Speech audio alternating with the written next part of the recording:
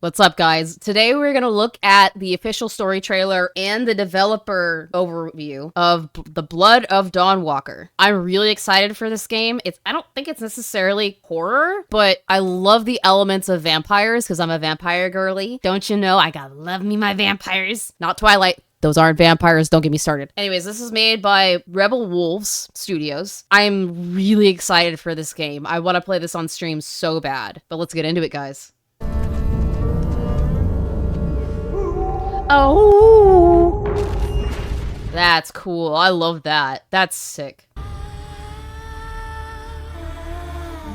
Beta engine footage. Okay. I love how violent this is. This is so good. I hope that it remains this fucking violent, because if it's not, I'm not going to enjoy it nearly as much. Let's see more. Let's see more. Bitch, want my money. Monsters have always been here.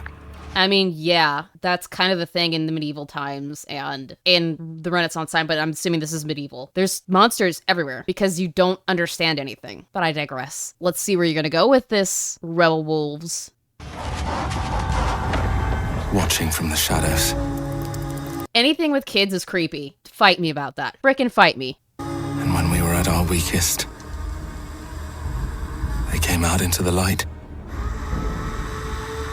We feared for our lives, but we should have feared for our souls instead.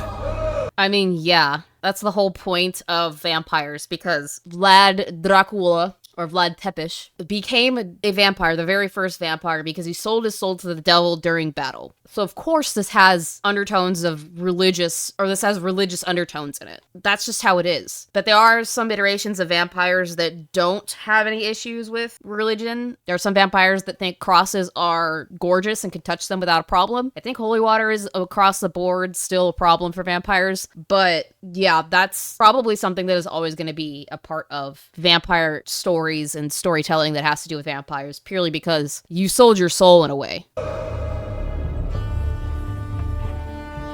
The vampires didn't come to kill us. No, they came to rule. Well, no shit, Sherlock. It would be stupid for them to kill everybody, because then they wouldn't have their blood source in its entirety. The thing that keeps them alive would be gone. So you would enslave them so that you can just milk them of blood, keep them alive as long as you can, keep them reproducing so that you can continue to feed, become stronger, and survive. Although there are iterations of vampires that don't require that, but those are very few and far between. To turn us into mindless, docile cattle. Not me, though. They tried to change me into one of them. But I became something else instead. How so? How are you different? What do you mean by something else?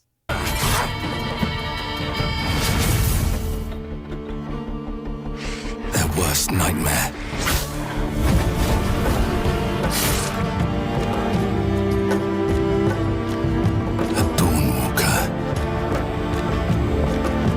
Ah, so he's a vampire that is able to walk in the light of day. Those are not unheard of. There are some iterations of vampires and different kind of stories and universes that can do that. Blade is one of them because he was half human, half vampire. He was able to walk in the sunlight. There's Twilight, which I don't consider vampires, so fuck off with that. And then there's another series that's probably my favorite book series of all time, which is the Hollow series by Kim Harrison. There are two different kinds of vampires in that world. There are living vampires and dead vampires. What that means is that there is a type of vampire that is born as a vampire but retains their soul and is able to walk around in the light. They act as humans pretty much do. They're just superpowered, very sex up humans, which, good God, the way they're described, But basically, when they die their first death, because they can die twice, when they die their first death, they become dead vampires, meaning they are basically the same thing as regular vampires of old, where they can't go in the sun, they have to drink blood to survive, not just because it's the blood source, but because they are getting bits and pieces of the person's soul when they suck from them. Yes, I know there's a joke there, I'm not gonna make it. Anyways, Anyways, if you want to read that series, please do. I would love to be able to talk to somebody about it because there's nobody that I can talk to because nobody that I know has read it. It's frustrating. Anyways, but be advised, if you do read it, there is some like love story shit in there that could probably turn some people off. It's not all blood and gore, but I love it. I'm a woman. Sue me. Trapped between the two worlds. Fighting to even the score. Fighting to understand the evil behind it all. He is out there. You are an ugly motherfucker, and so are you. Watching, seeping into you. All of you are ugly.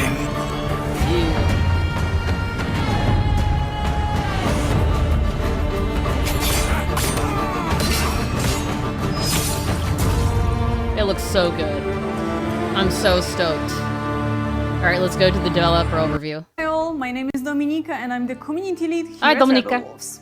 I'm Marcin Król, producer here at the Marcin. studio. We'd like to tell you a bit about our upcoming game, The Blood of Dawnwalker. Please do. It's a dark fantasy, single-player, open-world RPG set in medieval Europe.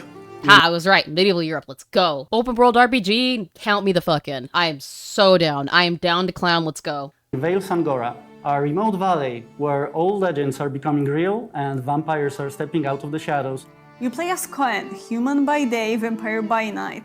As a Dawnwalker, he's caught between two worlds. His goal? To save his family from vampire lord Brancis. The story really changes depending on how you play. We call it a narrative sandbox. You choose what to do, when to do it, and how to approach your goals. I do enjoy that kind of game. I know it was really popular with Mass Effect and a lot of the BioWare games of old, the good ones. So I'm curious to see how they go with it here. That has become kind of overplayed a lot of ways, and I don't always like it. So let's hope that they do it a little bit differently and it's fun and not a chore. The game also features a dual gameplay loop. So during the day, you play as human Cohen with his sword fighting skills and magic. At night, you become a vampire, faster, stronger, with more powerful abilities. But those abilities come at a cost. You must feed, and sometimes you might lose control and hurt someone that matters to you. I do think that that's going to make it more fun because you have the diversity of gameplay. You're not just doing one kind of fighting style. That's one of the things that worked for Yakuza, is that you can do different fighting styles with different things, and that keeps things fresh. It keeps the game feeling fresh and the gameplay feeling fresh. You don't get bored as often or as easily. I'm sure you're going to get bored eventually, but it'll still probably be very fun in the first playthrough, at minimum.